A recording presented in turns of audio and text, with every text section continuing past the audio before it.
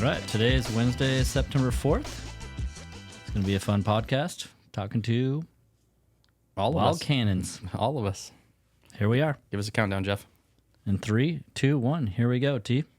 Welcome to the Wild Cannons podcast. So today, to my right, we have Ryan. How you doing, Ryan? I'm doing great. Glad to be here. End of summer. So Time. good chat. Oh, sorry. You're not. Yeah, something's wrong. I muted you. I thought that was my mic, and I muted you. No worries. And then- now we're back. There we go. Yep. Now I was gonna. If I need to talk, I will talk. But I was muting myself, and I had you on the wrong mic. I can do a man. countdown. All right. Perfect. Yeah. Start over. We're good. Okay, take 2. 3, 2, 1. Wednesday, September 4th. Take it away. Woo! Wild Cannons podcast. Today, to my right, we have Ryan. Ryan, how you doing? I'm doing fantastic. Feeling good. Ready to chat with the boys. Dope. And then next to Ryan, we have Jeff. Jeff, how you doing? Doing great. Oh, he was waiting for that intro. Love it. Give us a little cheers here, boys. That. Come on down. Perfect. Well, we kind of having a little summer banter, a little transition into fall. Do a little catch up on a couple things that have been going on in the snowboard skate scene. You know, nothing too exciting, but just kind of some things to throw out there. And then also discuss what we've been up to through summer as we're kind of gearing up for fall as we are into September. Schweitzer just had Fall Fest and cooler nights and We're ready for it to be over. Give me some winter. Come on. get some winter going, Jeff. Countdown to winter. Countdown. Yeah, a lot of resorts are doing their 100 days or whatever it's called till Like opening 90 day. days 90 now. days now. Ryan, tell us what you've been up to this summer. Shoot. Well, trying to do a little bit of moto. Did some a little bit of racing at the beginning of the year. A little bit of racing. Just trying to ride a little bit, but did a couple trips. Went to New York at the beginning of the summer, and then Old Stomping Grounds? old stopping grounds. Yep, East Coast, little East Coast trip. Saw the fam. Did some cool stuff out there, and then let's see. Went to Europe recently. Ooh, where were you in Europe? Went to Dublin first, or Dublin for about 3 days, and then London for 3 days. Nice. So that was cool. It was my first international trip. Did you drink any Guinness or beers there? Drank my fair share of Guinness. What about They are whiskey? definitely go my fair share of whiskey too. Yeah. The Guinness are definitely better over there. I can confirm, but when I say better, it's all relative because they're kind of horrible everywhere. You know? So that's how I'm going on it. And all the beers in Europe, honestly, are they're just not as good as the U.S. We're far superior on the alcohol beer scene, in my opinion, but I'll probably get a lot of hate for that from European counterparts, but it's all good. Had a good time. Now we're back. I'm painting a house currently. Fun times. Yeah, that's good. Currently going to Chicago tomorrow. That's going to be cool. Going for Mike, rapper. I don't know if you ever heard of him. Mike? Just Yeah. Mike? Mike, period. It's like Mike and then like a decimal dot. No, I don't think I know. Yeah, I Probably. recently heard of him. Girlfriend's into her. It's going to be a fun time. I'm excited. Sweet. It's actually got some good songs. How long are you going to go for? Just the weekend. So, but yeah, it's been a good summer. I'm ready for some snow though. I'm ready to talk snowboarding. The weekend. Tomorrow's Thursday.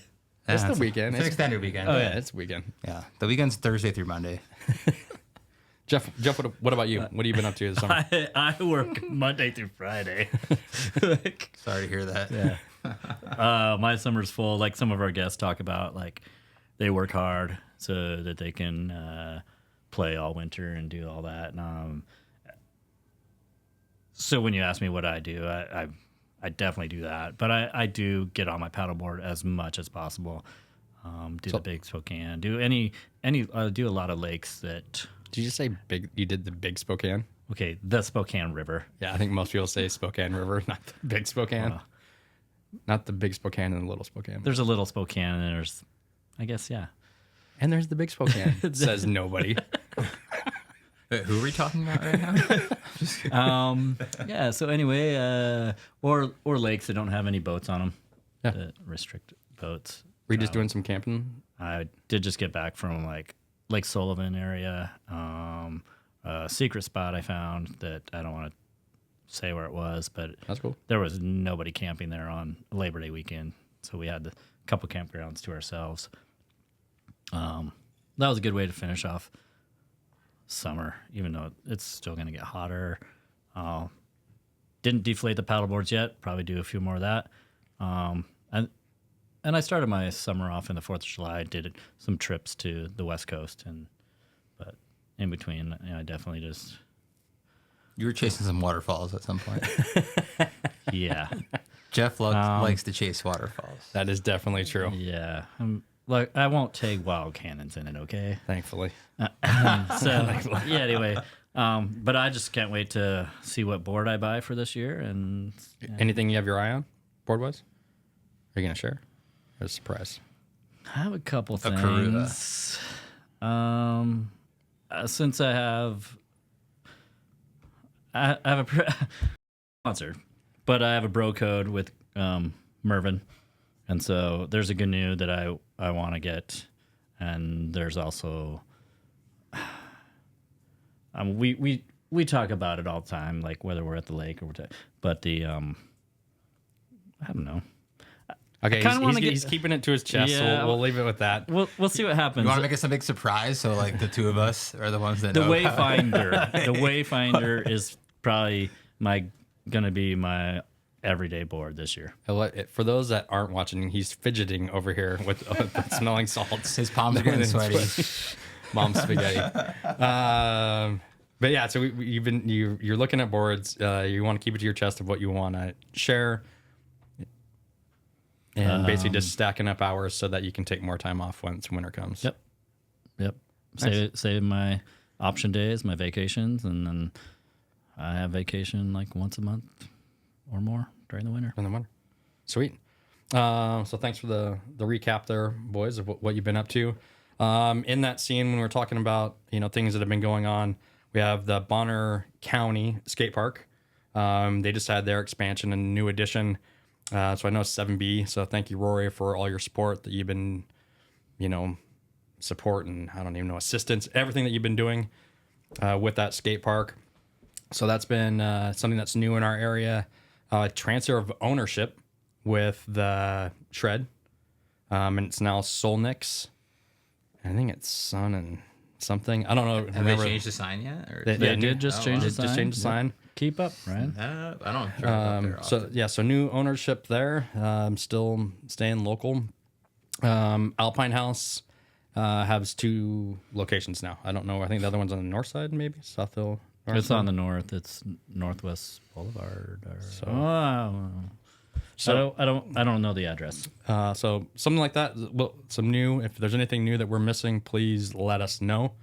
And then the last thing that we have talked about before is that tow rope that's going in at Mount Spokane, that they have been building it and actually, pushing forward and looking like we'll have it for the new season. So Pour the concrete. yeah, yeah. So it's going to be a game changer. Just shout out to everybody that helped out with that.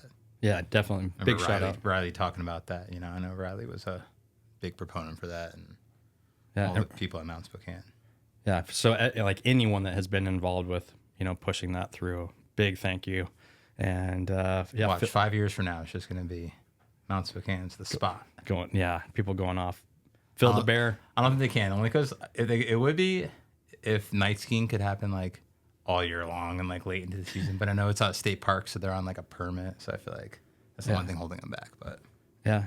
could And be a cool spot. yeah, talking with Viz also recently in the last couple weeks, hopefully maybe having a spot check there would be rad.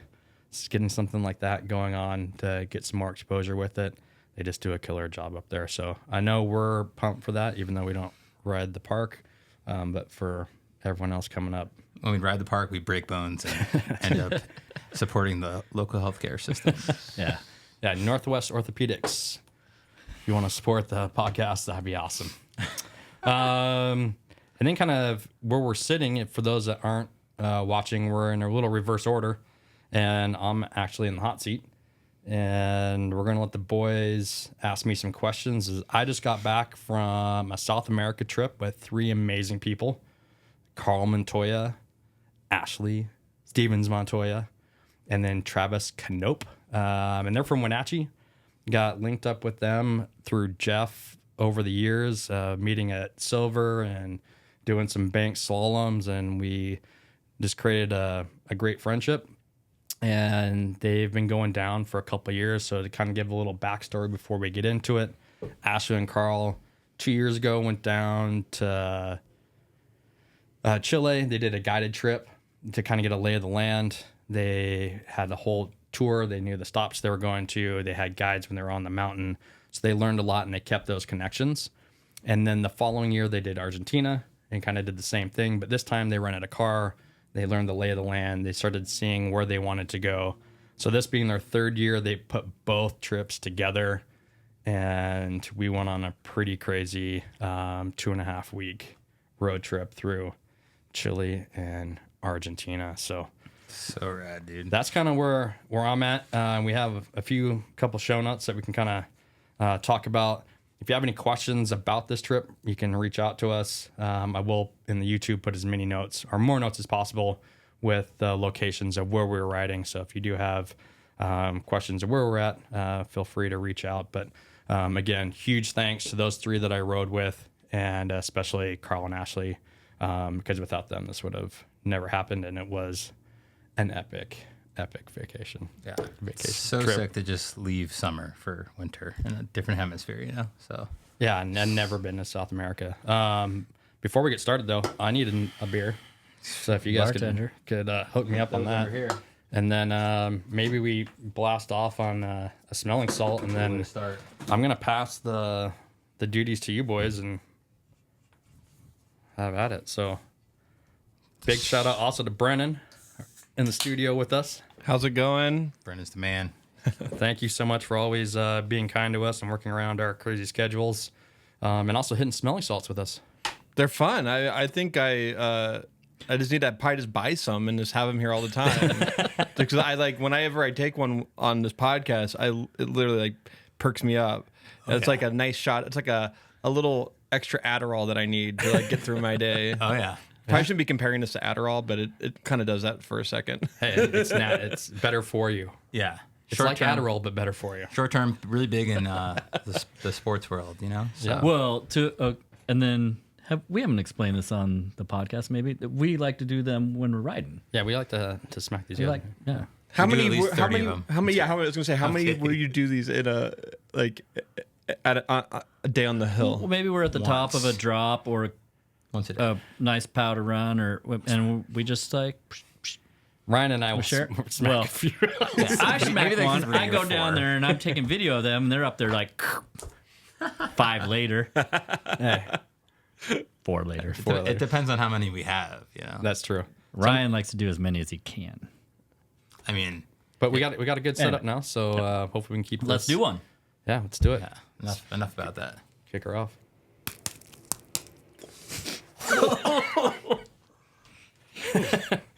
Did you see Brennan going like this through the glass? It really brings you back. Brings you back. Yeah, it reminds me of Smells like snowboarding. winter. This is what I need for painting the house. Like, I just need a stack of smelling there you go. salts. I will just paint in 24/7. Cool. So I want to ask, first question would be like, well, we have some details of how many days you went and whatever you did, but how good was the snow? It was a good year down there. So it's been a great year down there. Basically, if you want to compare it, it was their May is when they first got snow, and they got dumped on. So some of the places had over 100% or 200% of their average snowfall. And then it kind of fell off, and then it's been coming in waves. And they actually get more snow than I thought. I thought it was more just like a summer kind of destination where pros would go down just to keep riding. And Kind of Mount Hood, kind of. yeah, that was kind of more of my mindset. But when we got down there, we saw a bit of everything. So we saw like hard ice pack. We had sunny days. We had slush days. We had this weirdest styrofoamy, soft, playful snow. We were socked in. We've never had, and Carl and I were talking about this, but I've never had vertigo when it's been a bluebird day. It's like you can't see because there's so much white. There's no trees. So you can't see the aspect of some of the snow in some of these areas when we were cat skiing, which was just kind of mind-bending because you're so high above the tree line. And without this like direct light, the way the kind of the mountains, the valleys shade, some of it, it's really hard to see. So having like vertigo when there's no fog was a super strange feeling. And then we caught one of the best storms in Nevados de Chillán. And that was like one of the deepest days. There was getting the most snow of anywhere in the world. And there were 2 back-to-back days. And if we didn't have a guide for that, we would have been smoked. We wouldn't have seen anything. So with that being said, our storm chasing worked for us. But we also saw, I mean, our boards were thirsty after a few days from how hard it was. But we saw everything. And you just kind of think about it, like where we were traveling from. To give an idea, we started in San Diego. We started in Santiago, Chile. But to give an idea of the latitude where we would be at to the north of in the northern hemisphere, it would be like starting in San Diego or Carlsbad and making our way north, basically to Washington. Yeah. But we were heading south. So You'd be like in Carlsbad in March, right? That's what you'd kind of relate you'd to. be like Carlsbad in March, and thinking if you're going to land in Carlsbad, California, looking for powder and snow, pretty crazy. I mean, you're not finding it. You're maybe going to try to, surf some Big smallies. Bear. Yeah. Yeah. Some of the mountain, but obviously different, but still. Yeah, to kind of give some comparison. So that's where we started off, is in Santiago. So then start from there. So then, like, what was the first spot So- that you guys hit from So the get-go? Kind of just go in a little chronological order. Is we flew down. I flew separately than the other 3. Travis I never met until the airport, and in Santiago, Carl set us up with a truck, so we were able to get a shuttle to the truck, and he got a canopy specifically for the 4 board bags, all of our gear. I mean, it was tight, and it had a lock, so we're like, awesome. And he's a Toyota guy, and so he was expecting a Toyota, but it was a Mitsubishi. And so we kind of joked about that. But it worked out perfect for the 4 of us. We hopped in. So this is about 10 in the morning on Saturday. We drive north for about an hour and a half to Los Andes, small town, and where we're going to go cat skin the next day. How was the drive? Easy driving or like? So it was pretty easy driving, just like driving here. We kind of skirted outside the city. What side of the road are you on? Right or left? Same side. Yeah. Smart. Great question. You freaking English people, get it together. Islands. A lot of the islands, they drive the opposite way. Yeah, that makes sense. So we drive in. It's about an hour and a half. Very good. It's in the afternoon, and we get to our hotel, and they wouldn't let us check in. So like, oh yeah, we have this space where you can put your boards, like a storage space. Well, most hotels do, but literally it was like where like brooms and toilet paper. It was like literally a small room where they keep storage for their stuff, and we put all our boards in there. And we're like, let's just go walk the town. And we were definitely like the only gringos there. Like we stood out. There was no other. We didn't see any white people all day, and we started looking for some place to eat, and that's how we kind of started it off. Is find some place to eat, try to stay up as long as we could. 3-hour difference, but basically 24 hours of travel. Don't sleep. So we went to this like main strip area, and we saw the places were open. It was like all these old dudes, and they're drinking what looks like 40s. Mm-hmm. Nobody was eating yet. It was like 11:30, and I was like, let's get a beer. And they're like, all right, let's do it. You're like, this is my kind of culture. Yeah. And I was like, I want what that guy's drinking. And so we did. We got like this basically, and was that your favorite beer? All right. So yeah, the beer down there. The beer, yeah. So I love trying the local beer. And there was 2 local beers in Chile, and Royal Guard was my beer, which is like basically like drinking a Rainier down there. And it's called Royal Guard. Royal Guard. It's blue. I want to get sponsored by them if you're listening. I want to be Royal Guard. That's so funny though, because they speak Spanish, but it's called Royal Guard. Royal Guard. Yeah, and I was like messing up the name like the whole time at first. But they call it Royal Guard right now. Royal Guard is Royal Guard. Yeah. So that was sick. So that was the first one we had, and then the other one. What was the name of it? Cristal. But not like the Cristal, like the champagne. That was the other one. And so that's what we were drinking at first. And that's basically what we stuck with the rest of the trip. They have a lot of craft beers, but in the little town we were at, they definitely didn't have any craft beer. And so we just started knocking those down. And so you got into your hotel, and then you the next morning. Yeah, let's get into the you're off. first day on hill, right? You went Yeah. to a lot of mountains while you were down there. We went over to, what was it? 8 different mountains over 14 days of riding. So first day is ski ARPA. It's a cat skiing outfit. And it was still like 45 minutes away from the hotel. So basically from here, we're heading east into the Andes. And there's fucking palm trees on the side of the road. It's like you don't really know where you're at. It doesn't feel like you're in South America. It doesn't really feel like you're... It kind of feels like a mix between Europe and Mexico. So it's kind of hard to be like, oh, what does this look like? Yeah. It didn't feel like winter, though, obviously. No. Yeah, there's no snow down there. It was cold, but no snow. Yeah. And then we start driving, and then there's a whole hillside of cactus. So it's a dirt road. It's not like a gravel road that we're going to. There's like hardly any signs. Thankfully, Carl and Ashleigh had been there before. We probably would have gotten lost. I know they got lost in like a flat tire the year before. But we make our way. It's super bumpy. We get up to the little base area, and then they have the cat there. You can use your own beacon. You don't have to wear all the gear. But How long did it take to get to the snow line? Sorry to... it was about 45 minutes. Okay. So it turns from cactus to just snow. Yeah, and the elevation wasn't as high as we all thought. Yeah. I can't remember, but I want to say it was... that That one was... reminds me of, I mean, Ashley, they're from Wenatchee. You go from the desert of Wenatchee and boom, you're at Mission Ridge. Yeah, so very, very, very similar. Similar to that. This one was higher elevation than basically road, and I want to say it was like 10,000 feet. Wow. Right around there. So that was higher, so you could feel the elevation when we got up there. Above the Alpine. I'm trying to like... I've definitely seen some couple photos and stuff above Alpine. Or So you're above Alpine. Yeah. The only thing that's up there are donkeys, goats, and fucking cactus.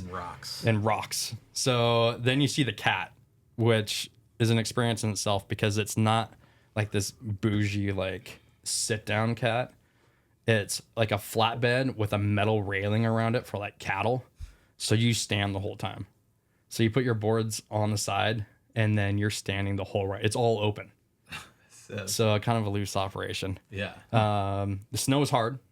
So there's no lying about that. The very first... How long of a ride up, like, for the first run? Like, it was like a normal... I mean, it was like a good 20 minutes before we got in. Okay. But it starts from dirt, and then there's snow right there. Yeah. All the guides were from the U.S. Really? So That's that was... surprising. Yeah, that do, like, seasonal work. Some that been up in Alaska guiding, over in Big Sky, tracking the weather in Idaho, and... All the operators were also from the U.S.? Yeah, everyone was U.S. Yeah, so shout out. So Tree was one of our guides. Tree and Alex were our two guides. And then the two that were, Nico was our driver. And then we had Sean who cooked us food when we got to the bottom.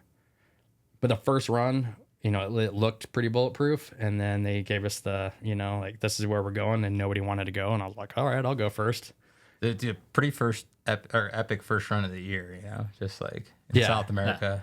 That's stiff as a rock. I mean, you could just hear that, and I couldn't get an edge in. And I literally just had I was like, I need to get my board waxed, and I need new edges. And I laid an edge in, and thank God I had something sharp because it was gnarly. It was just like, and then you've been sitting, on the airplane, and this is the first run, and I'm just rattling your brains out. And I was like Bluebird, kind of. No, we had sun coming, in and out. Okay. So visibility was not the greatest either.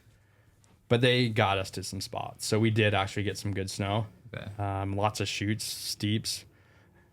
Kind of like riding in a lot of Chile reminds me a lot of Japan, actually. The terrain. So it's like steep pitch, and then it kind of goes to flat, steep pitch to flat, and then these little valleys. Okay.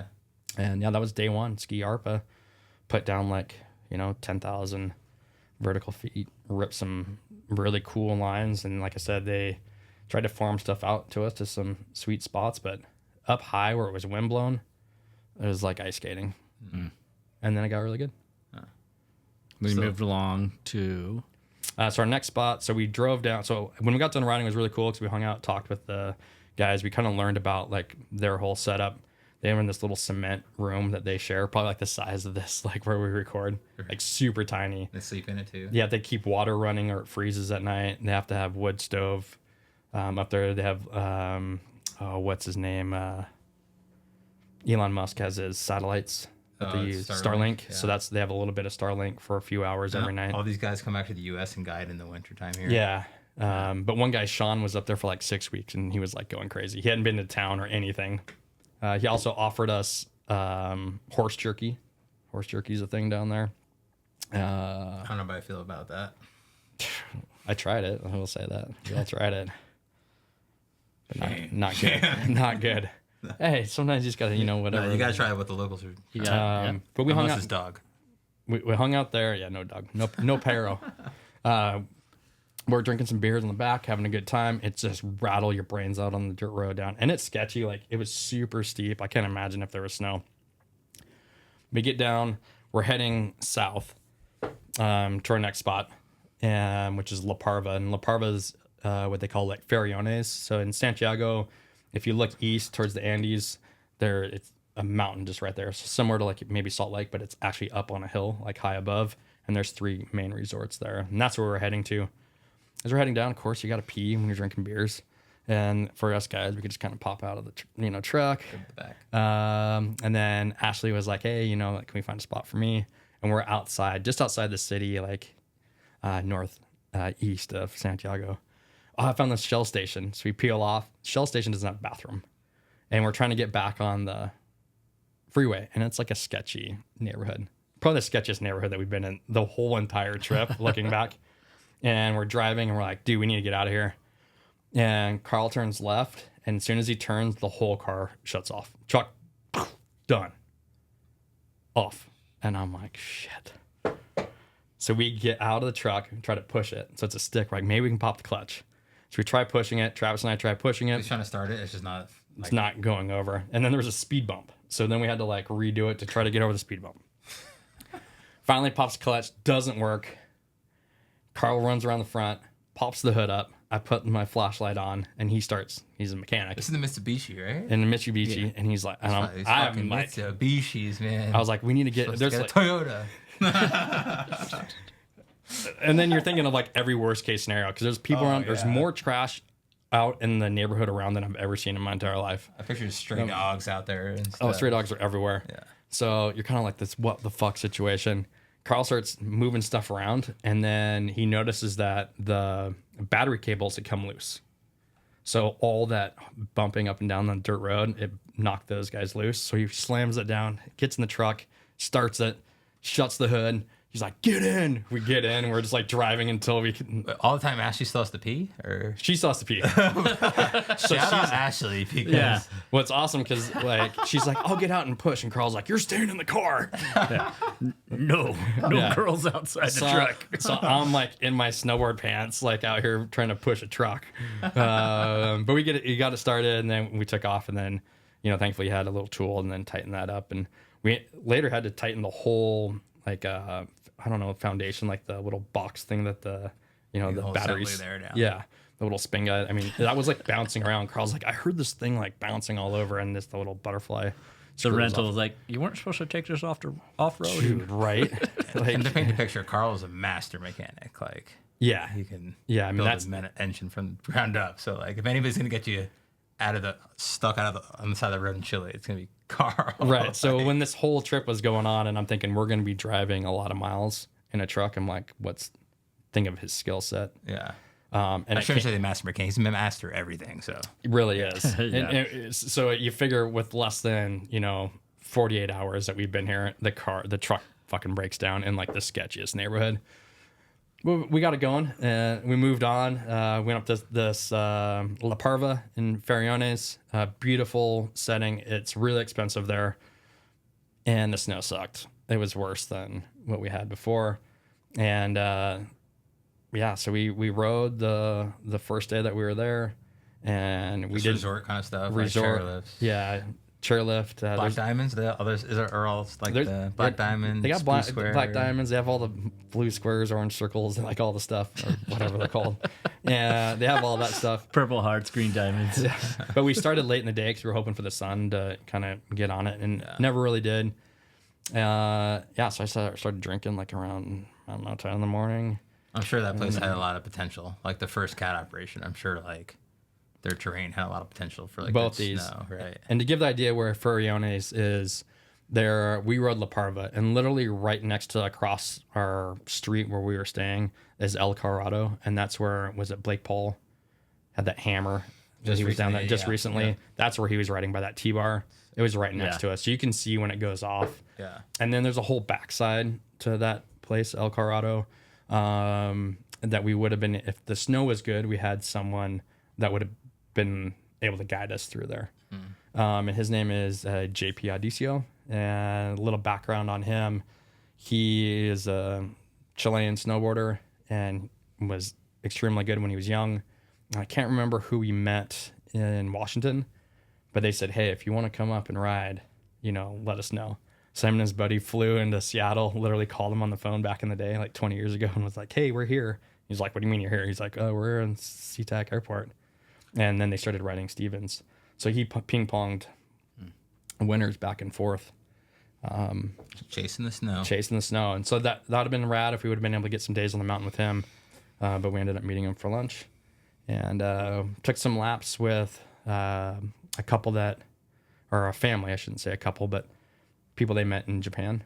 So kind of crazy that they met in Japan this past winter and they happened to be in South America. That was Ivan and Alex Florence. And so we got to do some laps with them. And we found a little sliver of snow, good snow, for a few runs. And then basically called it a day. Oh, cheers to meeting friends. Yeah. Chasing snow everywhere. Yeah. Yeah, and breaking down in the hood. Breaking down the hood. Made it through that. It was sketch. Like day 2, you're like, all right, this is the way it's going to be. Like, let's do it. Didn't you find some really good snow eventually we in did. Chile? So our We're next... getting there, Jeff, man. Slow Yeah, down. We're only on slow day down. 3 No. here. Yeah, no, great question. So we ended up leaving. I'm in the head mic. Yeah. seat. Oh, yeah. No, you just want to get to the POW. I get it. So we were watching the storm, right? And we decided to pull the plug and leave early from Farellones and head south to this place called Las Trancas. And we're like, all right, let's leave. But it was crazy to leave a mountain when it was snowing. So it's snowing up there, and we're like, you couldn't see shit. So we're like, we're not even going to ride because it's hard underneath. So it's just, all right, well, let's eat it. Do they have like forecasts and They do, and they're fucking the worst. I was gonna say, like, where are they coming from? They're the worst down there. There's one Probably from the resorts themselves. There was one resort that didn't have. It was like a day and a half. It was still from like a day and a half ago. Yeah. Like 9 a.m. This much snow. They're not good on that. So we left early. And probably no webcams either. Some of them do have webcams. Okay. So that was kind of a highlight. Were you guys like trying to like hawk the webcams? And stuff? We were trying to find everything we could. Yeah. So we pieced out. Snow stick. Oh, that's from days ago. Yeah, you gotta watch the dates on them. Just a recycled video. 2001. What? There was definitely some of that going on, but we decided to chase snow. We even had another night booked in that area, and we're like, we'll just take off because the storm's hitting, and we made the right choice. So we went down to Las Trancas, which is a little town right before Nevados de Chillán. And it's kind of like a mini glacier. Like if you've been to Baker, it's like glacier, but there's just more like restaurants and coffee shops. Really cool. We had a blast there. So we decided to take off. And when we got there, it was snowing all night. And then that morning it was snowing, but there was no visibility. And again, someone that Carl and Ashleigh knew from a previous trip was going to be our guide. And he goes, I'm not going. Today's not the day to go. So we just were like, all right. Wait out the storm, and we'll go the next day. So we went to this like crazy, I don't even know what the enchanted like village thing. Oh yeah, the mushroom village. There was like mushrooms and like Harry Potter characters and God knows what. But we were just killing time. So we did that and walked around in the rain and snow. And had Was coffee. there any shiny people in the village? Oh my gosh, the shiny people. We'll talk about the shiny we'll people. get back into it. We'll talk about the shiny people, and that was in Bariloche or Braziloche. Oh, okay. But no, this is more it felt like more like home. Like if it was like people that like it's cold there. Yeah. It looked more like Western Washington. And then we scored the next day. And it basically snowed like 3 feet of snow in 2 days. Scored at a resort or? And it was all resort. Yeah. But the visibility was tough storm riding. And it's really fingery and rocky. And What about crowds? Is there like a powder fever like there is in the U.S.? yeah, there was Share lines. not a lot of powder panic. The powder panic, sorry. Yeah. Chains are required. Okay. So there's a checkpoint and you have to have chains. See, there's dudes like selling chains there. They sell sleds there. I mean, they're like, not when I say sleds, not like, wah, wah, but like a little like sled for you to sit on like on your butt. That looks like a piece of plastic. piece of plastic that's basically like a glorified shovel, you know, like that you would be sitting on if you're going to use a shovel as your sled. A little disc, a little saucer. Yeah. So, I mean, but it was wild. So we got up there. We try to, you know, do stuff online to save money, and that's kind of a shit show. So big thank you to, we had Sebastian was our guide who lives there. He's absolutely amazing. He was incredible. And then his buddy, Martine. But Seba, to give a reference for Jeff, like when he was guiding us, it was like our guide in Japan. Like, I feel like they can walk on snow. Oh, like they're just so easy. Or they 1 foot out of like powder stuff like so easily. But he was our guide and he got us into the goods. And the same thing as when you and I went to Japan, we got into the zone and the trees are just like not built to take that much snow. So they're all like over so you can kind of ride out on them. Oh, cool. Super steep pitch, but then kind of flat, super steep. But I had one, like my first turn in this deep ass snow, and I was like, chalk it up. That was worth the whole trip. Oh, so, awesome. You know, you're basically, maybe we're day 4 in. I was like, this snow is paying for it. That whole day, like we were all super good spirits after that day. Are they big on Abbey control? They are. So we wore all our Abbey. Were they doing a lot of like blasting and stuff? They blasted there. They didn't open up the higher part of the mountain, so we rode like middle mountain. But you wouldn't be able to see if you got higher. And being pumped, like, we drank quite a few beers that day. Quite a few Royales. Royal Guard. Royal Guards. Sponsor. I'll get the next time. Royal We Guard. had, so Pisco is like another big thing down there. Pisco Sour in Chile. We drank a lot of Jägermeister as well. Oh, so Travis is kind of shout out to one of Travis's buddies who had passed. And so that was like a cheers to him being on such a killer trip. And so we did there's a lot of good times rolling. We'll just say that. and yeah, the sauce was flowing. We got after it that night. And to also, I mean, one part that I'm really skipping out at is there's no like gas or electric heating to heat your home. So everything was wood fire. So when we got there, it was cold as fuck. It was so cold in there. So we had 2 fires going. And that's how we were, you know, staying warm, is by fire. So if you woke up in the middle of the night, feed the fire. Old school. It was old school. Really. Like, where's the thermostat? Yeah, they had like a kerosene. Ashleigh and Carl had like a kerosene like gas run heater that ran out, and yeah, I mean we were living the life. At first we were like, this is fucking crazy, and then we kind of didn't want to leave. But storm riding is really different than it is here, because it's so fingery and pretty dangerous, I guess, with all the exposure and having no trees or rock to see where you're going. Mm-hmm. That it's best like right after. Because then you can see it. And that's what happened to us. It basically was 3 days of POW, and then the day we left, it went Bluebird for like 4 days. That's what you're scoring. Yeah, and that's when they start getting out into side countries. So learning this trip, like we jumped around a lot, so it might be better to try to stick it out in one spot. Yeah, kind of wait for it to clear up a little bit. Yeah, especially when you don't know the area. You know, you don't want to be in the clouds. Yeah, so fog. The second day. I mean, no doubt about it. I mean, I was super hungover. You know, I was looking like Kermit the Frog, but this is, you want to ride powder. You fucking just drink a Bloody Mary and get in there, dude. Yeah, come on. Yep. And I hopped in with the crew. And I ended up at the end of the day, we went to this spot and we rode out this spine, turned into a spine, but there's valleys on either side, and it just gets narrow and narrow and rocks on either side. And you're like, where are we going? He says, follow me, follow me, follow me. And you get in there, and then there's these rocks. He's like, go through the rocks. And it's just like this, like, how would you know to go through this rock zone? Yeah. Go through the rocks. And Carl's like, it's really rocky. So we get through the rocks, just a few maybe 10 yards. And then white out. You can't see anything. You can't tell which way's up, down. You're like, where the fuck are we? So we're grouped up. Everyone's together. Because we wait for a little bit of light. And we're like, where do we go? We kind of knew where we were. Like, where do we go? And he's like, no, you go down. You go down. And then all of a sudden the sun starts to break, and he's like, go. And he has a bright orange jacket. So he went. Carl goes. Like Travis goes. And then the sun just like, whoa, So right when Showed I all got to then the honey hole. I could see the hole. So I dropped earlier.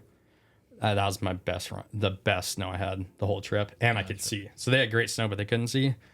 So I got some hammers on it, and then Ashleigh came right behind. So I would say I probably had the best snow run out of maybe the trip. Ashleigh with everything. They had just as good as snow, but just didn't have the visibility. Yeah. So without having Sebastian, Seba, I mean, he saved our. Because we got into some gnarly stuff. We had to hike out one area. I have a picture of Travis. He's 6'3", snow up to his hip. Yeah. So we had to hike out some flats, but And you have no cell service in any of these spots, right? there's no self-service up there. You're out there. So Yeah, so you can't even you need that. You need to check guide. your map. Yeah. Yeah. And then even like I had snow fall out from under me as I was trying to get down to Carl and Seba, and I was kind of leading, and I had Travis and Ashleigh behind me, and I took a corner pretty sharp and around some trees where I was supposed to go because there was less of a drop, and the snow fell out from under me, and the snow slid and pinned me underneath the tree. So it was the branches were across me, and since it was all that fresh snow, it basically was like that concrete. I couldn't reach down to unbuckle. I couldn't get underneath the branch. Oof. I mean, everyone was kind of laughing, and then Because they could see you. and then Travis couldn't see me below, so when he turned, his slough came down towards me, which kind of pinned me even more. And then Carl was like, "Do you need help?" And I was like, "Actually, I do need help." Yeah. So I would have had to fight to get my bag off, and then slowly work that branch out of there. Yeah. But since, like I was saying, that snow packs the branches down, so they're under like 2-3 feet of snow. Yeah. So trying to move that after it's been sitting for a day was. So I mean, You're literally tired from the ripping cat that. the cat track's 20 feet away. So I mean, there was people coming around, but I was pinned. Yeah. So kind of sketchy. And then one other time where I had some snow fall from underneath me, and it just put me on my butt, and I still could barely get out of it because there was just so much of it right below a cornice that kind of broke loose. So, but it was rad. But without having the guides, then that mountain probably would have sucked. Yeah. Shit. So take that. So that was the storm. Did you kind of like watch the storm as it was coming, and you knew exactly, and So we knew the storm was coming, and then we had you chase it? You chased to that area, kind of. and we were headed that area anyway, but we left a day earlier, Okay. and so we scored with it. Yeah. And that was the biggest snowfall of the season. And So like you had mentioned downstairs at the bar that like powder chasers were even like, that is, you hit it perfectly. Yeah. Like that was the day. That was the storm. yeah, there was a few people through Instagram that reached out saying like, you guys hit basically the storm of the year, which we did. And again, but if we didn't have the guide to take us to these zones, we found some good stuff on our own. Like the second day we rode the first half by ourselves, and then we got into they opened a higher mountain, and then it started to give us some clear visibility, and we got to do some really rad stuff. Nice. Low consequence, but just ripping. Nice flowy turn. Yeah, just big old airplane turns, and it was just so deep. So deep. And hopefully everyone that's listening saw all your videos and your pictures. Yeah. 'Cause that's what I enjoyed for the last 2 weeks is watching it. Wishing I was there, but We didn't get as much Seen it. video because you couldn't see, and then just trying to be smart with like where we were stopped at. So some of the stuff that we had is like real low, like low angle and tight little zones, but the experiences of it Yeah, were you gotta enjoy it while you're there. memories. Yeah. and we would have stayed, but we had next trip was to Argentina. Yeah, I was gonna say. So this is still just chilly. We Yeah. got more to get into here. Yeah, so we were there, and we wanted to stay because everything was going Bluebird, and they're like, "You got to stay," and we're like, "We can't." So we booked this place called Baguales. It's outside of Bariloche, and it's all inclusive. It's kind of like a Baldface of Argentina, is what I would compare it to. Way bougier than I thought it was going to be. I will explain that. But we got done riding our second day in Chillán. We drove down to Pucón, stayed the night there, and then woke up and we were by this lake, and then that's where all the volcanoes are. So it was Bluebird Day. So everybody in Chillán was like scoring. We were on travel day. And we couldn't be late to get it picked up. Otherwise we probably would have pushed it. Yeah. And then again, it's hindsight's always 2020. Yeah. But if we would have pushed everything back by 2 days, we would have scored like everywhere. But we had the epic snow.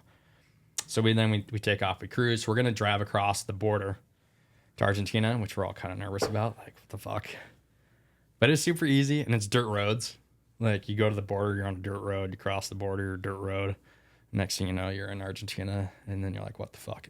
No checkpoint to get in There's there? checkpoints, Okay. yeah. Like, you drive in, and you have to park the car, and you have to get out of the car. And Are you riding dirty? we were not riding dirty. Okay. You No. make sure like cleaned up, like Yeah. throw all the illegal substances Yeah, away. dirty. The mota was not in the truck. That was not in the truck of that. And yeah, anyone that's Maybe another. Sorry. I'm doing okay. Yeah, Chile and the mota is the good stuff. So if you're down there, Now you know. especially in Las Trancas area. Good to know. Brian needs to know. I would need to know. Yeah, so rolling smart, drive across, no problems. Especially you have to have paperwork. So Carl rented the truck, and you rent it through a private company. That way you could take it across the border. And so he had all the paperwork for it. So they looked through that. In Chile, they have this like thing called a PDI. I don't even know what it stands for. But basically, like anytime you check into a hotel, you have to give them your little PDI, so they can kind of track where you're going as well with your passport. But no problems, get across. But literally, everything starts to change. There's these things called like monkey trees that are there. They look really soft, and they grow up. Kind of looks like a pine tree that grows up, and they're like really pokey. So we stopped and like touched the trees. So I was like geeking out. Maybe I had to pee. This would be like southwestern Argentina, or like Yeah. So our mid like kind of just middle, western, but kinda, western, yeah. okay. And this is the most Andes Mountains, north, yeah, the Andes and the most northern part of Patagonia. Okay, So that's what when as soon as you cross, then you're in Patagonia. gotcha. But it literally is like crossing the Cascades and then getting into Central Washington. So I have photos, and when we're driving, and you're like, are we in the Columbia Gorge? Are we in Argentina? Whoa. Like, it is trippy. It literally looks like you're driving, from here over to Seattle or through, This is very similar. to Wenatchee. Just the way the landscape, it was just kind of a mind fuck of how similar it was. But then you look up, and then there's a volcano behind you, Yeah. which was also like, there's many times where like, it feels like we're in Jurassic Park. So just no trees, right? It's just Crazy. no trees. No and trees up there. Desolate, kind of. Yeah. Because all this, I don't know shit, but I know like parts of Columbia Valley, it used to be underwater, so there's no trees and everything. It's like all floodplains from like ice ages and stuff. So probably just similar, in a different hemisphere. And that's basically exactly what. That was fucking crazy. Yeah. Very, very historical area. We didn't get too much into it, but just you can just tell by the way the mountains were created, and then just looking what's east of the mountains, very similar to here. And they call it the Patagonia Desert. And then you just have these mountains that just come out of nowhere. So sometimes you'd be like, oh, this kind of looks like Wyoming. But then you're like, oh, it's Northwest. Yeah. 'Cause there's all these lakes around there. So we drive into... Remote too, right? You gotta be probably smart where you're getting gas and... Yeah, so a lot of looking on, on maps, and then also caching in maps or downloading maps before. Yeah. Because you're in and out of service. Especially, I think Chile had better service. And then Argentina was super spotty. And it was flat, so whatever. Yeah. But yeah, so we went to this place called Baguales, and so we drive in. You park the truck on a dirt road at a gate. Basically, there's no sign. Park the truck. We load all our gear into a truck. They drive the truck for like 15 minutes. Then they got snow level, and they have this side by side, and we load all our gear. And the side by side's on tracks. And then from there, then you'd take you up to the mountain. And then we show up, and it's this dope lodge. You get in, it's like hot as fuck. So we went through this place where we're having to feed the fire, cold at night, making sure all your gear's like drying out to it being hot. You're like sweating when you get in there. They have champagne, red wine, beer on ice, all these little like Somebody playing the piano. basically that's like the music that was playing, fire going, like all these little like snacks and like treats and stuff. Like, welcome, whatever you want, you're like, where the fuck am I? So totally different game changer. Yeah. Is that where the shinies came in? No, shinies still aren't here. Okay, yet. No shinies yet. We'll get to that. Expensive. So I mean, it's about $1,000 a night. Yeah. And that's including your stay, all the food, all the booze well, not really booze, but beer and wine that you can drink, and then your cat skiing. So Did you drink any wine? oh man, did we drink any wine? There was a lot of purple teeth at the end of the night. Yeah, so first night, we get your stuff in, and everyone kind of gets acquainted. There's only 3 other people, so there's 7 of us total. Normally it's about 14 people is their max. So we had half of a group, big table, big family style dinner, and they serve dinner. After we put our stuff away, then you're eating pretty early for them, which is about 8 o'clock. So we ate at, I think it was 7:30 maybe, no, whatever. And then they start bringing out wine, and as they start closing up, they're like, if you would like any more wine, the wine containers right there, and here's a wine key. You guys can have as much as you want and leave the glassware out at the end of the night. Is Vicky says key? What? Yeah, I'm gonna push. That's what I kept saying. Like, because I'd be like, "Who wants more wine?" It was great. We had a blast. We hung out. Popping bottles all night. And there's this dude who was there last year, and his name's Gary. So shout out Gary. You'll never watch this, but he's from Texas. He looks like a Bush, like George Bush. Yeah. So the nickname, they called him like Grandpa Bush, Uncle they have Bush. a belt buckle? He didn't have a belt buckle, but he has this little drawl, and the way he sits back, and he literally looks like a fucking Bush, and he's hilarious. So he stayed up drinking with us every night. I don't know how old he is, but he's definitely older than we are. And he hung in there the first night, and he and Carl were going back and forth drinking. I mean, we were all drinking, but they were hitting it pretty good. Yeah, so our first day. You guys have plans the next morning to go to those cat skiing, right? Go cat skiing. Yeah. And we had breakfast at 8:30. I mean, so again, breakfast, they make breakfast for you. Yeah. So you wake up, you have breakfast, coffee. Actually, breakfast is really good. They had these ham and cheese sandwiches were just like unreal. You had 2 nights there, right? We had 2 nights there. Yeah. We had to do like our beacon, check. So it kind of took us a while. We weren't on the mountain until like 10:30. Yeah. And then we got up there, and kind of the same thing of our first cat place. Like, man, it's hard. It was not as bad. But you're like, oh, this is kind of hard. Yeah. But then they got us in some really fun zones. Like windblown stuff. And we kind of. Yeah, and we started ripping. And so there's 2 other guys from Texas. They were out like after the second round. Yeah, one of them had like go back to the lodge. And so it was just us and Gary. The bushes couldn't hang, huh? Papa Bush hung in there. Gary hung in there with us. I think he might have taken a couple runs off, but it was dope when at the end of the day he went back in, and it was just us 4 boarders, and they let us rip. That they were like, instead of having like, oh, here's a checkpoint, it was like, follow me and follow you to the bottom because our guide's not stopping. Are these also American guides? No, they're Argentinian. So these are local guides. And they were more like, follow me, like don't go past. This is where you're dropping all the way to the cat we're dropping all the way 1,000 feet. Yeah, I mean, we're doing long vertical. Runs. And to give perspective, I was trying to I put it on the post for Wild Cannons, but I think we did 15 runs the first day. Dang. Something like that. Kind of hungover too, from the sounds of it. Yeah, or 15 runs total. So maybe 15 runs the first day. We only had half day the next day. What was the cats like in this operation? Were they more cats were really nice, nicer, like chairs and then seated inside? Seated inside. Music. Okay, so check this some out. Argentina music. No, I was playing Wu-Tang and that motherfucker. Repeat.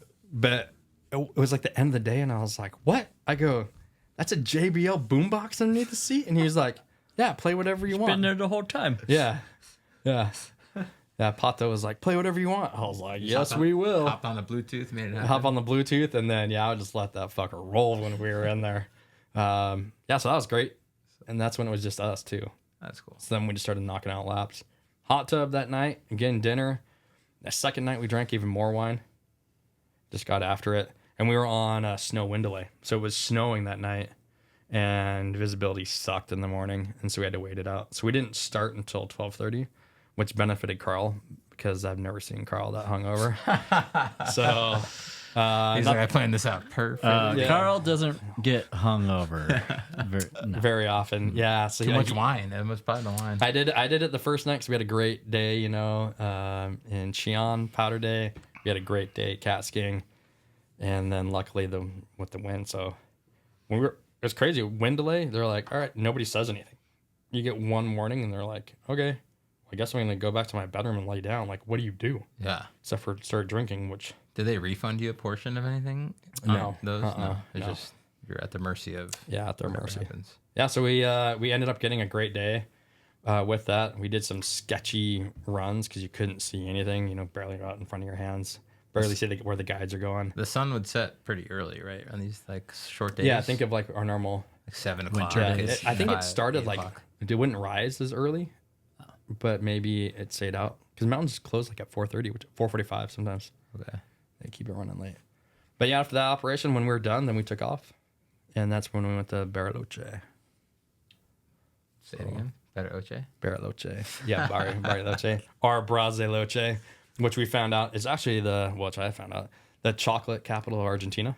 So there's a big German influence there. Okay. But they call it Braziloche because all the Brazilians go there. So it's right on a lake.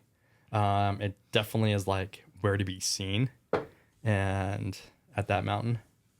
So that's what the shinies were. And that's where the shinies are at. Cerro Catedral is where it was at, and that's where the shinies are at. To give us some input, T had to explain to us and downstairs, but what the shinies were, and showed me a picture, and we should probably and you should explain what they are. So, Braziloche. So just think of like people. I mean, I guess maybe Aspen has this. Correct. I'm assuming like Whistler kind of has some of this. Tahoe. But Tahoe, the Brazilians, and it's like a mix. Then you have the shininess of like the Italian and like Austrian skiers. They come over and they have the shiniest poof, like Michelin Man, like puffy, but shiny like a silver tire, like Fur on their hood. fur on the boots with the fur, like legitimately. Yeah. They're Just like outrageous. like the marshmallow, like whatever moon boots, Yeah. all like the same color. They have there's no reason why they should be They're on the mountain. ones that are there to just take the Instagram photos. So the some of- shinies, that's what the locals call The them. locals call them the shinies. So there's no shiny people. So they don't even have ski gear. They don't even ski. They literally pay to ride up the gondola to go like opera or, the after yeah. party and just be seen and smoke ciggies and drink like Aperol spritz. We never went there. It would have been kind of fun to like check it out, but we were, chasing snow. But you'd see them down at the bottom and we'd be waiting in line and they'd just be decked out. And the shiny people were decked out. And afterwards, when it was like cold, the sun had gone down, there was like mud down on the bottom. They're wearing like all their shiny gold stuff. Just the farthest thing from a mountain. Yeah. And then I'm assuming they go party. I think there's like clubs down there, but we didn't tee that off. But The shinies probably have some connections to the cartel, but there might I don't want to be the one to bring it up. I'm sure there's something with that. I'm sure they got some good connections with a lot of Yeah, stuff. you don't want to talk or mess with the shinies, okay? But yeah, Laugh at them from a maybe distance. post some pictures of the shinies. But yeah, so being there, it was the same thing. There was no new snow for over a week down there in the Cerro Catedral. So this is like kind of like a fancy resort kind of place. Yeah, and it's still like super like it's like fancy but like ghetto at the same time. It'd probably be a fun place to stay. It's expensive.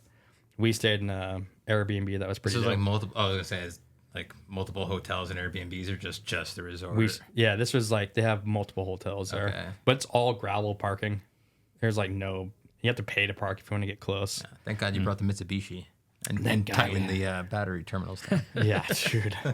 So yeah, no car problems at this point, but we were rolling late. So our schedule, we'd have breakfast, make breakfast at the place. We have breakfast every morning. When I say we, I mean Carl and Ashley, and then Travis and I would do the dishes. And did you guys buy your lift tickets ahead of time, or were you just like showing up at the mountain and buying your lift tickets? We'd show them up and just buy them there. Okay. Some of the stuff we tried to do online, but it was hard because our credit cards don't work real well. Yeah. Their system for credit cards, they're in place, but they just are shit. Yeah.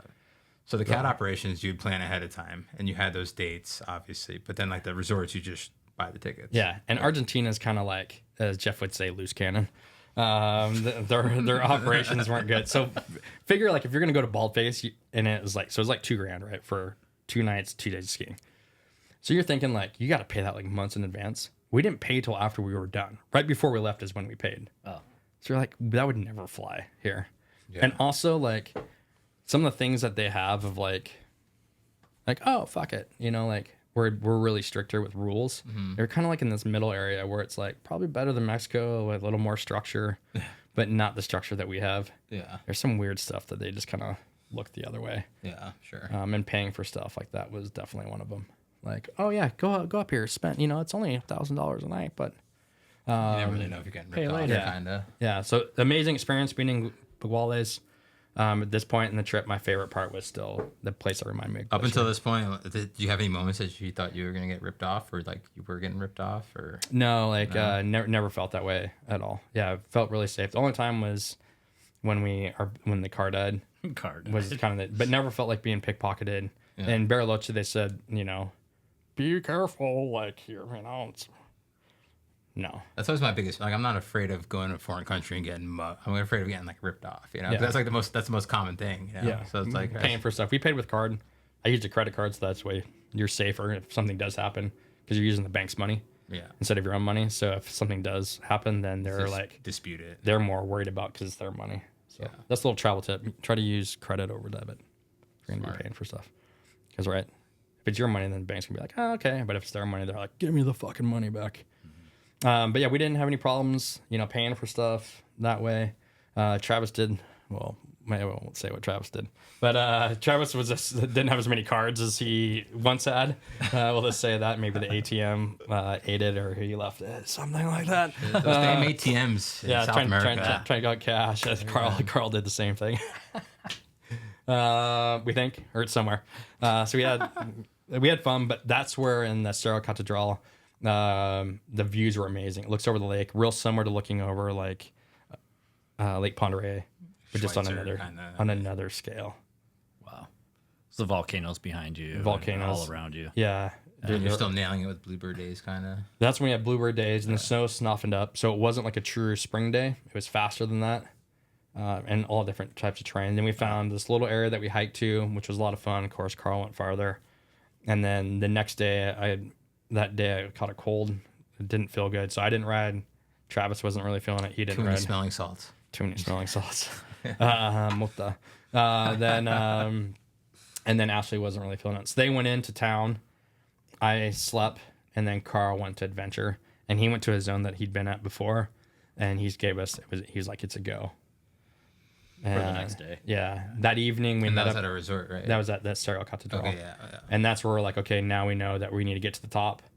We know what chairlift to do, so we're not wasting time, and we'll hike out a little ways and then ride. High-speed quads at this? I'm trying to like high-speed quads or like... They're like, I'll show you pictures, but they're like the most rinkety fucking 1940s like lifts. Just nightmares. Yeah. And they're really low. If you don't put your high back down, like they're pushing you forward or you're getting clocked. A lot of two-man, even some of the triples we just rode too because they're like built for little people. Yeah, it's just too small. They're just small. But yeah, I think only one place we went to had a high-speed quad. Okay. Yeah, some other kind of weird stuff. Oh, T-bars too? Lots of T-bars. We didn't try not to do as many. As we went to the smaller resorts, then that's basically all that you had. Yeah. And the T-bars move faster than the two-man chairs. Oh, Yeah, so you look over and they're just like... Yeah, that's what it was like when I was growing up in upstate New York. Just freaking get on the T-bar. You got like 3 times the amount of runs. Just chairlift. Yeah. So the first day at Cerro Catedral was great. We got to lay the land. Second day was one of our rest days. Carl rode, so he had one more day on us. And then the third day is when we decided to go up.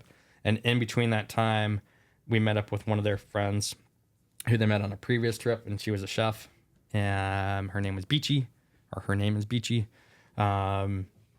Agostina is her real name, but a lot of people down there have nicknames. And it's not like the word of like, it's a good like beach, not like bitch, but like beachy. Yeah. And so spoke great English, very entertaining. She took us to these really cool spots. We got to watch the sunset, had beer there, went to a place where she suggested us to eat. She's a chef, so we got kind of hooked up with her. And then good food. The last night we were there, then she cooked us a meal, and we did like an Argentine style dinner. That's awesome. Empanadas? There was tons of empanadas down there. We didn't do that. Love empanadas. But we did a whole fire and lots of meat. I mean, there's like no vegetables down there per se. But to get back to the snowboarding, get back to the snowboarding. Good shit. The last day we did hike out where Carl wanted us to go. And he said, this is a 6 zone. And we're like, let's go a little bit farther. And they're like, well, should we go back? And I'm like, we've already hiked this far. We might as well keep going. Mm-hmm. So this unlocked a whole new zone for us. And then there was less people. And it ended up being sick. All these spires above us. Almost looks like a red rock. Steep pitch. This is where you saw the guys chucking? Yeah, and we ran into some dudes throwing down, which just recently we were able to connect through Instagram. So take us through that. So you're just like hiking up and just like saw like them building a jump, or the more we hiked, then you started seeing people above, and then there was less and less people. And we saw a crew of like maybe 4 snowboarders, and then they disappeared. But then up above the rocks in the shadows, you saw people moving around. And then I was like, oh, they're making a runway. I was like, that's going to be a 6 step down. And then we saw people as we're still hiking up. You could see people speed checking it. And then I got video of the first guinea pig, backside 80. I think goofy backside 180. And then just a floater. Yeah. Then another dude went off. Can't remember what he did. And then I think it was goofy back 3, tail 3. And it was 6. We were super close there. And we were hiking right in their zone. Said what's up to him. Like gave one dude a hug when he landed. And it was rad. Like, he just saw you down there. Yeah, he just rode the road right too. I just picture you were in the red jacket, right? Yeah. He's just like, this guy looks like a... So, I mean, bring it in. It was sick because, I don't know. I mean, like, we ride with, people that can throw down, but being there where it looks like they could get shot out of a cannon and there's nobody there, there wasn't a lot of cheers, like, going on because there was, like, 3 or 4 dudes who were filming and then us 4 at that point. Yeah. And so you could hear it, like, echo off everything and just had a really cool feel. And just to see it live. And you weren't expecting that. Got some good video of just the back sun coming through and the snow coming off the board. It was pretty epic. And then we continued to hike, and Carl went a different way into a steeper zone, as he should, because he's a fucking badass. And then we went up another way, and we tried to drop in, and the snow wasn't that good. So we went back, and we dropped on this backside. And it was literally, the boot pack was gnarly. It was super tight, super steep exposure. We weren't real close to each other. I broke through a couple times, and I'm like, because you're on these big rocks. We ended up making our way up, and we found some good lines. And Carl scored on his line. He had probably the best line, or he did have the best line. He made sure to let us know for the rest of the trip. No video of it or anything? No, because he was waiting for us for a long time. Actually, he got video of us coming down, and he was like, my run was better.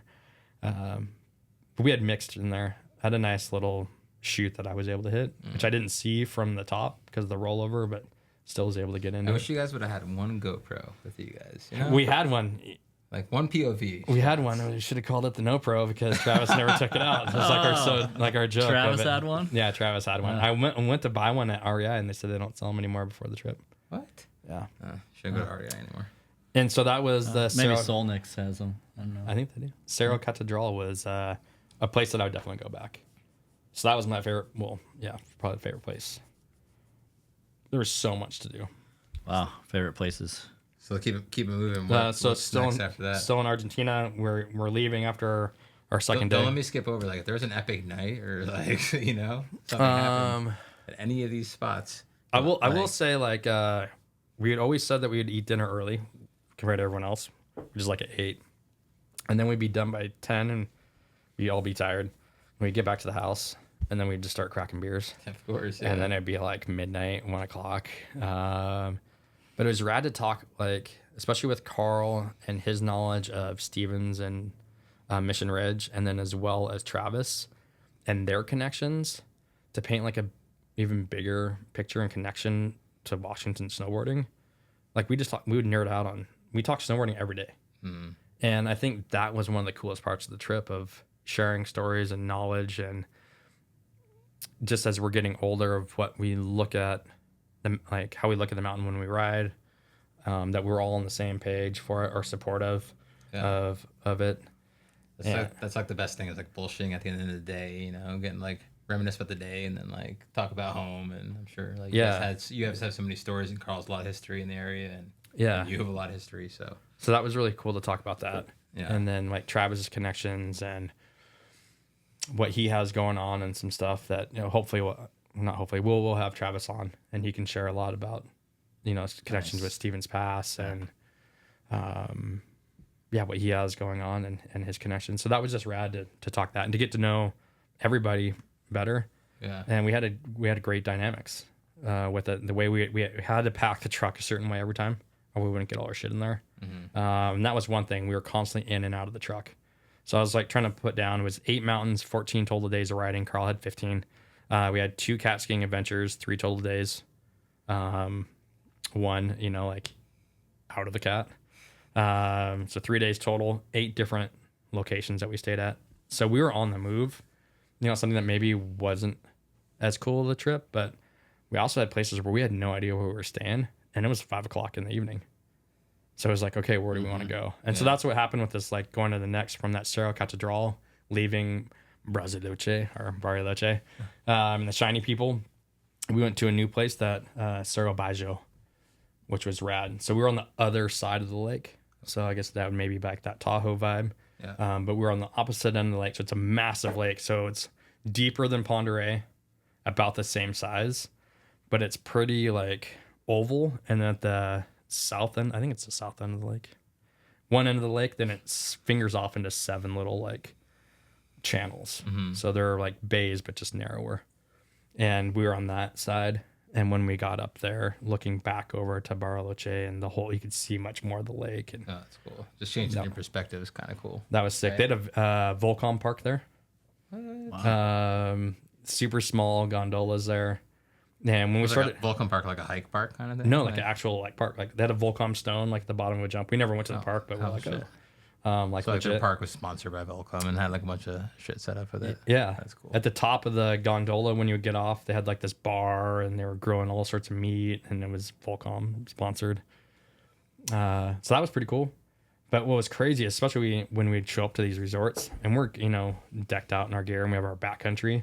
Like, I know we're making fun of the Shiny People and everyone else, but they knew like we were not from. Oh yeah, they see there. you. They're like, boys, it's sunny out. It hasn't snowed in 3 days. So we roll in, and we have our all riding Mervin LibTech boards. Just the graphics alone. Different style. The graphics alone, people are just like staring at your boards. We had people videoing us at one place. That's fine. Just looking so foreign. Yeah, they're like, "Who are these people? Like, don't you know about the Shiny People? It's in right now." Yeah, they're like, "What are these baggy pants? Like, why are they so dirty? The jacket's ripped. There's duct tape over there. So there was that. But yeah, Cerro Bajo, we found good snow. That was where it was more spring-like, rad. But that's where we had the biggest lift line, and there was not a lot of people. The lifts just fucking suck. They just take a long time. Just slow. Everything's just old there. But you get to all these mountains, and you could only imagine if it was a POW day, because they're steep. Yeah. I mean, you'd be like going to Mount Spokane, but everything is just like Warner. Any man-made snow, or is it kind of just all? There's some, but you couldn't really see. Yeah. Because it's late in the season. Yeah. So but everything was filled in pretty good when you were there. Yeah, except for low base. Yeah. Going back to Cerro Catedral and the Shiny People, there was one spot where if you're going to leave the mountain to ski, you had to go down, and it was like a snake run. So there was like dirt, rock, it was like super banked, and you would go through one section, let's see, like switchbacks, let's say there'd be like 4 switchbacks in a row. Yeah. And it would maybe be 50 yards, and there'd be 8 people on the ground. Like, just shit everywhere. It's the war zone. So you'd be like riding the edge, and there'd be so much ice that had been shaved off from people like turning that it was like powder ice on the side. It was like riding in a slushy. So you just ride high like through them and just like get through everybody. But then it's just, I couldn't imagine if you're learning to ski to try to get down. And so many people walking. Never seen so many people walk down a mountain in that place. Just a bunch of shinies all muddy with their. Oh my gosh. Yeah. And you know how they carry skis? Like when you don't know how to carry them, they're like all across. Any backpack speakers just blasting South American music? Dude. No. No? Wow. They have respect for other human beings there, apparently. The reason why is because every lodge is like half of a party. Yeah. They always have music just like I loved it. I was like, dude, Euro trash in South America, let's go. My Shazam was firing a lot. I bet you got some songs for some edits this summer then. Or winter. So. New, for some edits. For some new playlist coming to the mountain. That took us to Cerro Bajo, still in Argentina. And then after then, we drove over the border, and we made it. The border closed at 8. I think we went through at 7:45. So we made it. That's where we're going back into Chile. We had to pull our stuff out, dog search the truck, smell all your stuff. And there was this like really cute young yellow lab, and it kept going back to our cooler because we had food in it. Yeah. And so the guy had to like tell him, and we had some like avocados and fruit, so that was the only thing, and pass you through. Good to Nice. Yeah. go. Were you nervous at all, or are you kind of just like, nah? Not really. Yeah. I think I felt safer They going. all just big guns and stuff, like. No, not a lot of guns there. No. A lot of people standing around though. Okay. More so in Chile. Chile was more nervous getting into than Argentina, Yeah. which I thought was going to be reversed. A little more on the safe side of things. Yeah, then that put us into, we stayed up at this place called Antioquia in Chile, and it's literally like staying at the lodge in Mount Spokane. Like the lodge is like maybe twice the size of it, and they have like a hotel there. They have like an indoor soccer area. They have like a climbing wall, Oh, cool. and it's this rickety 2-man chair that goes out, and then a T-bar. And once you get to the top, there's 2 other T-bars. Super small mountain when you first look at it, but it's actually massive, and their side country looks unreal. Yeah, so we woke up again, stayed there, got a room. It was like $50, like super cheap. Finally get to sleep like in a big bed. Don't have to like stoke the fire with wood, and rode that mountain. We had some killer runs, and I showed Jeff some pictures. I mean, we covered a lot of ground up there. Again, you're all above the tree line, but we had sun and ripped the slopes there, and that's when it went super spring-like, where it got so super you couldn't even ride in the fresh snow. Just got hot. Yeah, but hammers there, rode Nice. lots of T-bar. Getting pretty good at that. Take the jacket off, get comfortable. And Wasn't taking, I thought it was gonna be like Mark Frank up there, just open jacket. I rode one day with no gloves at Cerro Bajo, no gloves, but there it stayed cool enough. But I got hot a lot. I mean, I had my jackets, open unzipped on the way up. Stashed the goggles, throw the sunnies on, get my bronze on. Another random question: did it trip you out that your shadow was on the opposite side? Oh yeah, so that's actually a great question. Yeah. Because when you started looking at where to ride, Aspect of the aspects, you're trying to, when we were in what's it called, Cerro Catedral, it's the opposite. I was definitely not thinking that when I brought that up. So that's like really interesting. Actually. Yeah, because I was like, oh, we should be over here because the way the sun's going. But I wasn't even thinking what was north south facing. Yeah. And then Carl brought that up, and I was like, oh shit, yeah, I was thinking that, but I wasn't. I was doing it. I was had it flipped. Like, I had it right in my head, but but just in like, maybe not right in my head, but it seemed right. Like I was thinking of the right way, but it was actually flipped. Yeah. So that you say backwards. that was super strange. Yeah, that's crazy. When you're looking at, what aspects to ride. But dope. Antioquia was great, and they got snow after we left, of course. 2 days later. 2 days later. We went to this other place called the Good River. Rio Bueno is where we stayed. Nightmare of a spot. I was gonna say, what's the word for bad? Rio, not bueno. Yeah, no bueno. But yeah, we had no hot water that night or in the morning, so we showered with like cold water. It was cold in there. They had some sort of heating, but it really didn't work. It wasn't the wood stove. Whatever, we made it through. Went to, ride another day. So we had one break day. Met up with one of Carl's buddies from 4x4. He took us to the ocean. Pretty rad to go see the Pacific Ocean. Lots of black sand there from all the volcano. Just kind of felt like you're in Hawaii, but it was super fucking cold. And then it rained, of course. So we're soaking wet. It was like being on the Oregon coast. It was like someone going, oh, you want to go to the Oregon coast? Yeah, go during the winter when it's raining and cold. Just miserable and depressing. Yeah. So that was us. We got to check out some of the culture. They had us over for dinner. So we had a lot of dinner with locals and got to, hear some stories. That one we had to use a lot of Google Translate. But great people. So rad to meet up with them. Yeah. And that put us into our last day. And we stayed outside of Osorno. And there's a volcano there. And so we're going to go ride mostly T-bars. And is this coming back towards Santiago, or is that? We're still like super far south. Okay. So we drove over 1,800 miles south. So if you're going to drive that far, it'd basically be like driving from Vancouver, BC, all the way down to Baja, California. So the Mitsubishis. We put some miles on that thing. Once you that tighten rental. up the battery terminals, you're good to go on those things. Tighten them. Yeah. So when you rent a vehicle, make sure the battery terminals are. Yeah. Get full insurance. Make sure you can take it across Take the it into border. the hood. Yeah, make sure. And so that's a mob. And yeah, and so we figured we're kind of zigzagging. were you guys switching off drivers? We didn't switch off drivers. So I offered. So myself and Travis were also on there as drivers. Carl being a wheelman, he was kind of happy to drive.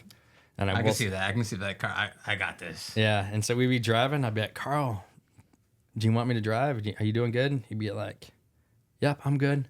And I'd wait a couple minutes and be like, All right, I'll be in the back seat then. I'll be back here drinking Royal Guard. And I'm going to entertain you guys for the next hour and a half. Yeah, so we kept So a lot of fun times in the truck too. Yeah, there was a lot of road sodas going on. Yeah, it was good times. But yeah, definitely offered. Even like when he was super hungover, I was like, I'll be driving. And he was like, I'm good. And I was like, Carl's sure? like, I'm training for the Baja 1000. Yeah, He actually does do the Baja. he does. So I was like asking him, I was like, when you drive, do you have someone that's like telling you where you to go, like left, right? And he was like, oh yeah. I was like, that's crazy. And his son did it, and he was also. Yep. There's a name for whatever the guide person. that does it. Yeah. Whatever. But yeah, his son. Spotter, I think. Spotter. Fuck, I don't know. Come on, We all sound like idiots. Yeah.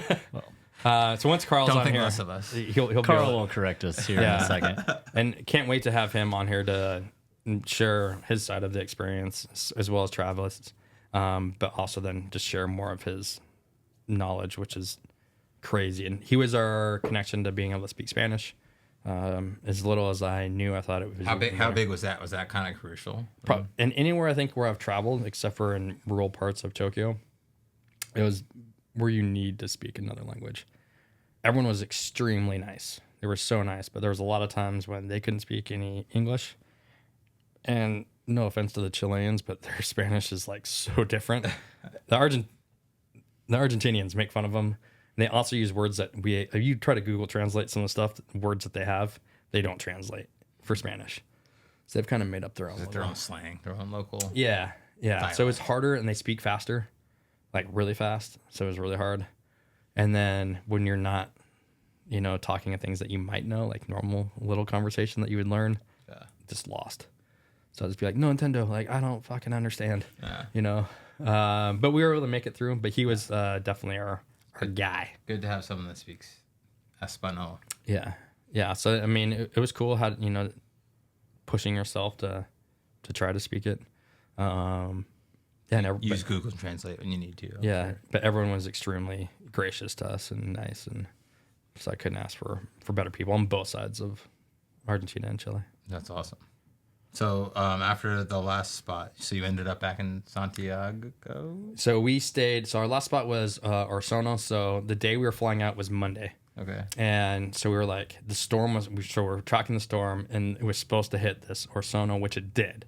But they were closed on Sunday, so we're like, yes, Monday's gonna be the jam. Well, they were like, they said they were open. Again, their website. We get to there's one track driving up the mountain.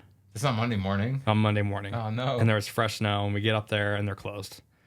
But they're like Lodge was still open, and something else was like open up there, and they had cats running, so we ended up hiking. Okay. So we hiked up and I got some turns in. So September 2nd got turns in, and Carl and Travis hiked up a little bit higher, and they got the clouds came in, so they had a pretty sick little valley, but it was all just wide out. Yeah. And then Ashleigh and I went off to the right. We had this sweet little wave that we were able to ride, and then after that we packed our wet gear up because it was still snowing, and then left during powder day. Yeah, we shipped out, and we shipped out of Pontemont. Okay. And so we were very far south. Gotcha. So you have to fly back to Santiago? Fly back to Santiago, and then that's where we split. I was flying Delta, they were flying American. Then I went to LA to Seattle, Seattle to Spokane. And here you are, and you literally got off the airport and came right here. Came to this podcast. Yeah, I got in last night. Around. Really? It was last night? Yeah. Holy shit, dude. Yeah. Well, you're flying out of Chicago. Welcome back. A few hours. Yeah. So it came in, and it was funny because I was craving like spicy food, so I wanted Mexican, and ate, and then crashed out, and then woke up this morning, and here we are. feeling pretty good. Damn. With you boys, But that's basically. So you were in the POW. Like today's the 4th. All right. So you were hiking, earning your turns 2 days ago. Yeah, basically we had 24 hours of travel getting down there and back. And we cut them, like they did American because they had miles. I did Delta because I was actually going to meet up with them a few days later. Mm-hmm. And it just was a more direct flight. And then like a week before I changed everything. And Jeff wasn't going. So I was like, all right, I'm going to just make it work. Instead of meet up with them, just start the trip with them. And I'm glad I did for everything that we went through. And obviously there's a lot more, small stories in there that we could get into. Oh yeah. But I was gonna say, bringing it back around, just kind of like summarizing, like the two things I've noticed, just kind of like talking to other trips is one, like you need to have a rental vehicle because there's no public transportation. It sounds like, right? No, not like Europe. Yeah. Yeah. Or not like Japan either. Right. And then 2, I feel like since you guys had such a long trip, or like you kind of just like whatever happens. It's like that's when you scored. You can't just go there for the weekend and hope for the powder day because chances are gonna be very slow. Exactly. Or low. You need to go for like a week. Yeah, and we had lots of days where we had a few, the bookends, I guess, are the that or the start and end of it. But in the middle, we had just a few kind of staple dates of where we knew we were going to be. Yeah. Carl's been tracking the storm for a while. Yeah, and it's hard because you can't really trust the storms there. True. But I think the reason why, or what we've seen from that, you can't even track the storms. You just need to be down there and then be flexible to move. Yeah. And then be flexible to stay at a longer point because of that idea of that it's so fingery in these areas. There's lots of rock exposure. There's no trees to give you reference. Storm riding's really tough. You score when you stay longer after the storm. Mm-hmm. And what we saw at a lot of those places, it's like 4 days after the storm that you're going to be hitting it. That you're hitting it. And if not, if you know a place, then you start knowing what features that you need to ride to be in those safe zones. Mm-hmm. Just spending more time there. So I think when they're looking at going back and doing it, we talked about bringing split boards. Split board would be something that you would do. You'd probably look to stay at some place with a long haul. I probably wouldn't do the big walleys again, just too rich for my blood, and we didn't really score. I like the kind of dirt bag Las Trancas as it felt more like glacier, and the mountain just felt more kind of like bakery, just like people who were out there riding power, like less shiny. There was no shinies there. So that I really like that place. But Bariloche, like where we're at, where the shinies were, that'd be another place I would want to stay. Those are my two, probably the favorite places to be because of you had the food and stuff around. Yeah. But these smaller ones at like Cerro Bajo and Antilanca, their mountains were massive too. Really tiny places, but if you wanted to extend days, it's like weeks out there. Like you could skin for a week into these areas and have good snow. It's just knowing the area and reading the terrain. Yeah. But it was hard to track the snow. Because one place would say no snow, the next place would say they got 7 inches. You're like, what the fuck? Like we are here and there's not 7 inches. Yeah. And then you're like, oh yeah, because they haven't updated in 2.5 days. But some of the ones that were tracking like the world maps, like Powder Hounds, I think was one of them. They're the ones that are going to be our Powder Quest. Well, I can't remember what it was that Carl was using. They were the most spot on, and they weren't even in the area. But yes, rental car would be or something to rent huge. Yeah. And then just being flexible, and we didn't have any problems getting Airbnbs last minute. So pretty much like your whole trip, you were good with a 4-wheel drive vehicle. Yeah, with chains. We had to put chains on once. Yeah. But like the roads weren't like you always hear about the world dangerous road in Chile and stuff, but like the roads you hit weren't that ridiculous. Yeah, some of them were crazy, but we didn't have. But you had Carl behind. We had Carl behind the wheel, and we didn't have the snow. But like the dirt road to the very first place we went to was, it looked if that road slid out, you'd be fucked. Pretty terrified. And there's nowhere close. Yeah, it shook the battery loose. If you're gonna get hurt, you're like in one of the worst spots ever. Yeah, because you're gonna remote. Because they're like the helicopter's not coming here. Yeah. Like you're Good going luck. down. Like Yeah. And then they're also like, you don't want any of the doctors here. Like, sweet. So I almost died, and then I went to the doctor, and then I really almost died. But the drive I'm sure up, Chilean and Argentina healthcare system's just fine. just fine. Just fine. But going up to like the Farellones, that area, La Parva where we rode, and that's where it's super switchbacky. Yeah. And it wasn't like it for us. We went at a later time. They closed a portion of the road so only people can go down. The roads are super narrow. And on the switchbacks, the big like buses and stuff, they go on the outside. So if you're coming up, you actually go on the inside of them. Just swaps. You swap and then you trade. Crazy. So we didn't actually have to do that, but that's what would happen. Yeah. I've seen videos of the roads out there. And they're ridiculous. Not even in the wintertime. Just, They're pretty ridiculous. yeah. But Just I mean, in these mountains and stuff. and now it's kind of crazy to be like, dude, I'm riding the Andes. A thing you learn in school, and then you're like in it. It's pretty rad. I thought this was like a thin mint. Yeah. Right? Weren't they called the Andes Andes? Thin Mint. Yeah, it's still the same. But phenomenal time, and just, I can't say enough about the crew that we had.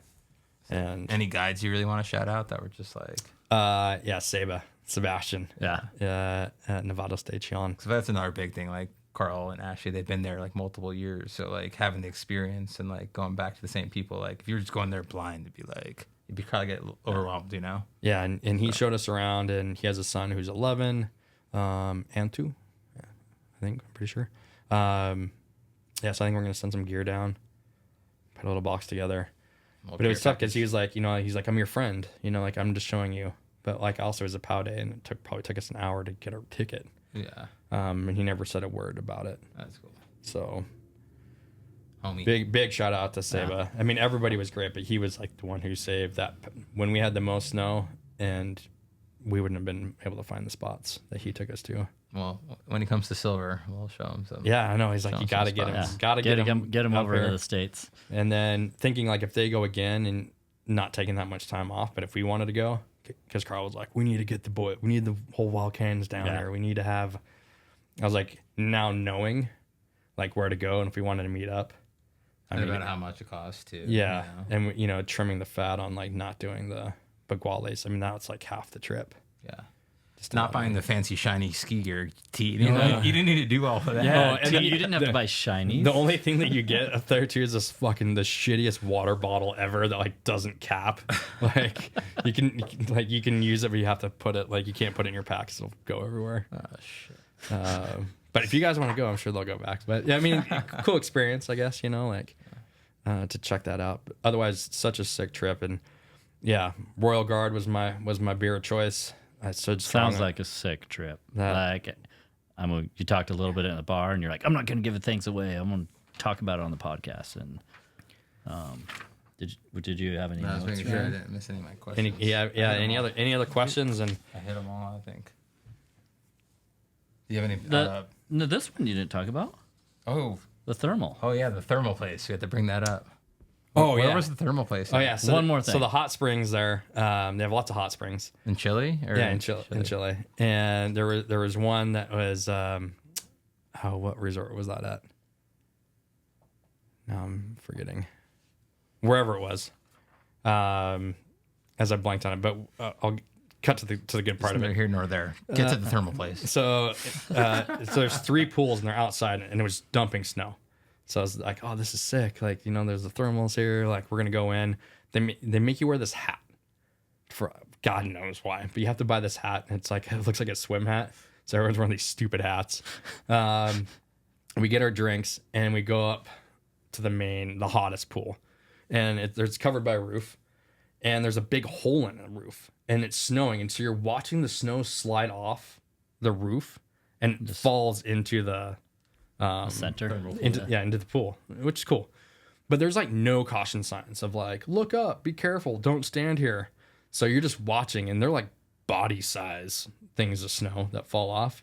And there was like Big chunks and stuff. big chunks that because it's snowing, so it like slowly is at an angle. Yeah. And super dangerous. There's no like lifeguard. There's nobody telling you to like not stand there. And there's like these girls like doing the Instagram stuff. Oh yeah. And Travis and I are just watching, just waiting for that thing to like go. And it finally goes, and it missed this girl by like just a sliver where it exploded and went like all over. It was like the funniest thing ever. That's got to be like a thing. There's got to be like someone with videos of people just getting demolished by him. Getting smacked. Yeah. Yeah. So there was like 3 levels, and the bar, of course, was the coldest one. So we started down there.